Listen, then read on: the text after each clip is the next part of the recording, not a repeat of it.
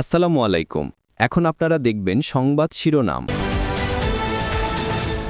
বিএনপির মনোনয়ন প্রত্যাশীদের সঙ্গে তারেক রহমানের ধারাবাহিক ভার্চুয়াল বৈঠক। বৃহৎ রাজনৈতিক জোট গঠনের চিন্তা করছে দল, জানালেন সালাউদ্দিন আহমদ। তারুণ্যের চিন্তা চেতনা নির্ভর, প্রযুক্তি নির্ভর, মেধা নির্ভর বাংলাদেশ নির্মাণ হবে। ঐক্য বজায় রাখার জন্য কেউ যাতে বিভেদের পথে না যায় সেই মেসেজটা আমরা দিচ্ছি। নভেম্বরের পরেও হবে ক্যাবিনেট সভা। তথ্য উপদেষ্টার মন্তব্যের বিভ্রান্তি এড়াতে ব্যাখ্যা সরকারের। প্রায় 43,000 ভোট কেন্দ্রের তালিকা চূড়ান্ত করেছে ইসি। জুলাই আন্দোলন ঘিরে ভুয়া মামলায় 372 জনকে অব্যাহতি দিয়ে চূড়ান্ত প্রতিবেদন। বর্তমান সরকারের মেয়াদী হত্যাকাণ্ডের রায় দেখতে চায় জনগণ, নিউ ইয়র্কে জামায়াত আমির। পুরোপুরি স্বাভাবিক মেট্রো রেল চলাচল, নিরাপত্তা নিয়ে শঙ্কা যাত্রীদের। শরীয়তপুরে চিরনিদ্রায় শায়িত হতভাগ্য কালাম, দিশেহারা পরিবার। মিরপুর আগুন ট্র্যাজেডির 12 দিন পর মেয়ের দেহাবশেষ খুঁজে বের করলেন বাবা। 97 দিন চিকিৎসাধীন থাকার পর বাড়ি ফিরল মাইলস্টোনের শিক্ষার্থী নাভিদ। সিটি ইউনিভার্সিটিতে ভাঙচুরের ঘটনায় ড্যাফোডিল বিশ্ববিদ্যালয়ে দুঃখ প্রকাশ। আহতদের চিকিৎসা ও জড়িতদের বিরুদ্ধে ব্যবস্থা গ্রহণের আশ্বাস। আসসালামু আলাইকুম। এখন দেখবেন সংবাদ বিস্তারিত। মনোনয়ন প্রত্যাশীদের সঙ্গে দফায় দফায় বৈঠক করছে বিএনপি। ঢাকায় ডেকে ধানের শীষের পক্ষে ঐক্যবদ্ধ থাকার নির্দেশ দিয়েছেন ভারপ্রাপ্ত চেয়ারম্যান তারেক রহমান। একাধিক মনোনয়ন প্রত্যাশীদের মধ্যে বঞ্চিতদের নানাভাবে মূল্যায়নের আশ্বাসও দেওয়া হয়েছে। তবে এই সাক্ষাৎকার থেকে কোনো প্রার্থীকেই সবুজ সংকেত দেওয়া হয়নি। শীর্ষ নেতারা জানান, বিশৃঙ্খলা এড়াতেই আগেভাগেই সতর্কতামূলক ব্যবস্থা নিয়েছেন তারা। ফ্যাসিবাদ বিরোধী আন্দোলনে থাকা দলগুলো নিয়ে বৃহৎ জোট গঠন করতে চায় বিএনপি। তাই ঐক্য বজায় রাখতে নেতাকর্মীদের প্রতি আহ্বান জানিয়েছেন স্থায়ী কমিটির সদস্য সালাউদ্দিন আহমদ। যুবদলের প্রতিষ্ঠাবার্ষিকীর আয়োজনে এসব কথা বলেন তিনি। জানান, সংসদীয় আসন ভিত্তিক যোগ্য প্রার্থীদের সাথে আলোচনা চলছে। চিন্তা করছে বিএনপি জুলাই ও মুক্তিযুদ্ধের শহীদদের স্বপ্ন বাস্তবায়নে তারুণ্য মেধা নির্ভর বাংলাদেশ গড়ে তোলার কথাও জানান তিনি। যুবকদের এবং তারুণ্যের চিন্তা চেতনা নির্ভর, প্রযুক্তি নির্ভর, মেধা নির্ভর বাংলাদেশ নির্মাণ হবে। যেই স্বপ্ন আমাদের শহীদরা দেখেছিলেন, যাদের সাথে আমরা যুগপৎ আন্দোলন করেছি এবং অন্যান্য একটা বৃহৎ জোটের জন্য আমরা চিন্তা করছি।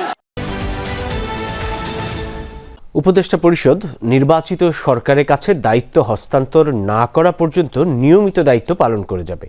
উপদেষ্টা পরিষদের বৈঠকও নিয়মিত অনুষ্ঠিত হবে বলে বিবৃতি দিয়েছে অন্তর্বর্তী সরকার। বিবৃতিতে জানানো হয়, সরকারের গৃহীত সংস্কার ও নীতিমালা প্রণয়নের কাজ নভেম্বরের মধ্যে শেষ করতে হবে এমন ধারণা সঠিক নয়। সংস্কার কার্যক্রম পূর্ণোদ্যমে চলমান আছে। রোববার Dhaka reporters unity meet the reporters অনুষ্ঠানে তথ্য উপদেষ্টা মাহফুজ আলমের কিছু মন্তব্য গণমাধ্যমে প্রকাশিত হওয়ার পর বিভ্রান্তি সৃষ্টি হওয়ায় এই বিবৃতি বলে জানানো হয়েছে। বিধিমালায় না থাকায় শাপলা প্রতীক পাচ্ছে না এনসিপি, তাই স্বপ্রণোদিত হয়ে অন্য প্রতীক দিয়ে গণবিজ্ঞপ্তি জারি করা হবে। এদিকে সারা দেশের ভোটকেন্দ্রের চূড়ান্ত তালিকাও প্রকাশ করেছে কমিশন। 300 সংসদীয় আসনে ভোটকেন্দ্র 42,761। আজ এসব তথ্য জানিয়েছেন নির্বাচন কমিশনের সিনিয়র সচিব আক্তার আহমেদ। মনে করেছে যে বিবেচনাযোগ্য তাদের বিষয়ে বাড়তি আরও কিছু তথ্যানুসন্ধানের জন্য আমরা মাঠ পর্যায়ে কিছু তথ্য কালেক্ট করেছি এবং এটা ইনশাল্লাহ এই সপ্তাহের ভিতরে আমরা কমপ্লিট করতে পারবো। পর্যবেক্ষক সংস্থার ব্যাপারেও তাই, জানার সীমাবদ্ধতা আপনারা পূরণ করে দিয়েছেন, সেই অনুযায়ী আমরা এটাকে কমপ্লিট করছি। এখন কয়টা শেষ বিচারে কয়টা দাঁড়াবে এটা এই মুহূর্তে বলা সম্ভব হচ্ছে না। এটাও আমরা চেষ্টা করছি এই সপ্তাহের ভিতরে কমপ্লিট করে দেওয়ার জন্য। এ সময় শাপলা প্রতীক পাচ্ছে না এনসিপি, জানান কমিশনের অনড় অবস্থানের কথাও। আইনগতভাবে তফসিলে না থাকার কারণে দেওয়া হয় না। এই ব্যাপারে নির্বাচন কমিশনের অবস্থান যা বলা হয়েছে, এখান থেকে এখনো পর্যন্ত আমার কাছে বিকল্প কোনো প্রস্তাব দেওয়ার বা কথা বলার কোনো তথ্য আমার কাছে নেই। কাজে নির্বাচন কমিশন যেটা বলেছে যে তারা স্ববিবেচনায় নিজস্ব একটা প্রতীক বরাদ্দ করে দেবে, সেটাই হচ্ছে এখনকার পর্যন্ত অবস্থান। ইসি সচিব বলেন, আরপিও নিয়ে সাংঘর্ষিক অবস্থা তৈরি হয়নি দলগুলোর মধ্যে। জোটবদ্ধ নির্বাচনে দলীয় প্রতীক ব্যবহার করবে কিনা সেই সিদ্ধান্ত নেবে কমিশন। উপদেষ্টা পরিষদের থেকে যেটা অনুমোদিত হয়ে গেছে এটা আইন মন্ত্রণালয়ের কাছে প্রাথমিকভাবে আছে, এখন বাকিটা কমিশন। বর্তমান সরকারের মেয়াদ শেষ হওয়ার আগেই জুলাই হত্যাকাণ্ডের রায় দেখতে চায় বাংলাদেশের মানুষ, এমন মন্তব্য করেছেন জামায়াতের আমির ডক্টর শফিকুর রহমান। নিউ ইয়র্কের এক সভায় তিনি বলেন, পরবর্তীতে যেই ক্ষমতায় আসুক তাদেরকে সেই রায়গুলোর ন্যায়ভিত্তিক সমাপ্তি টানতে হবে। পাশাপাশি ক্ষমতায় গেলে দেশে বিনিয়োগের সুযোগ বৃদ্ধি করা হবে বলেও জানান জামায়াত আমির। যুক্তরাষ্ট্র সফররত জামায়াতের আমির ডাক্তার শফিকুর রহমানকে নাগরিক সংবর্ধনা দেয়া হয় নিউ ইয়র্কে। স্থানীয় সময় রোববার সন্ধ্যায় কোয়ালিশন অফ বাংলাদেশি আমেরিকানের উদ্যোগে এই আয়োজন করা হয়। এ সময় জামায়াতের আমির বলেন, বর্তমান সরকারের মেয়াদকালে জুলাই গণহত্যার সব মামলার বিচার হওয়া সম্ভব নয়। সরকারের বিদায়ের আগেই দৃশ্যমান কিছু রায় হওয়া উচিত। এই সরকারের মেয়াদকালে সমস্ত হত্যার বিচার করা সম্ভব নয়, তবে তাদের বিদায় নেওয়ার আগে দৃশ্যমান কয়েকটা রায় দেখার জন্য জাতীয় অপেক্ষা করছে। তাহলে আস্থা ফিরে আসবে।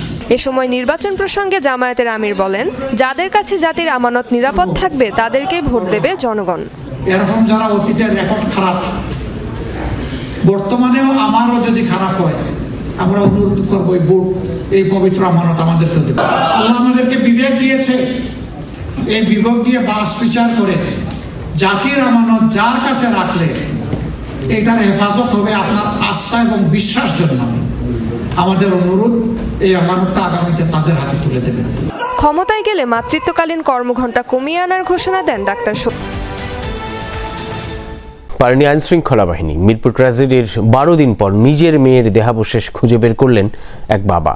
পুলিশ বলছে, পরিচয় শনাক্ত ও ময়নাতদন্ত শেষে পরিবারের কাছে মরদেহ হস্তান্তর করতে লাগবে আরও সময়। সন্তানহারা বাবার জিজ্ঞাসা, মেয়ের এই অকালে চলে যাওয়ার দায় কার? ঘটনার মধ্যে 16 জন দাবিদার পাইছে, কিন্তু আমি 17 জন দাবিদার, আমারটা কেন পাইতাম না? এটা আমি বিচার চাই জনগণের কাছে, সরকারের কাছে।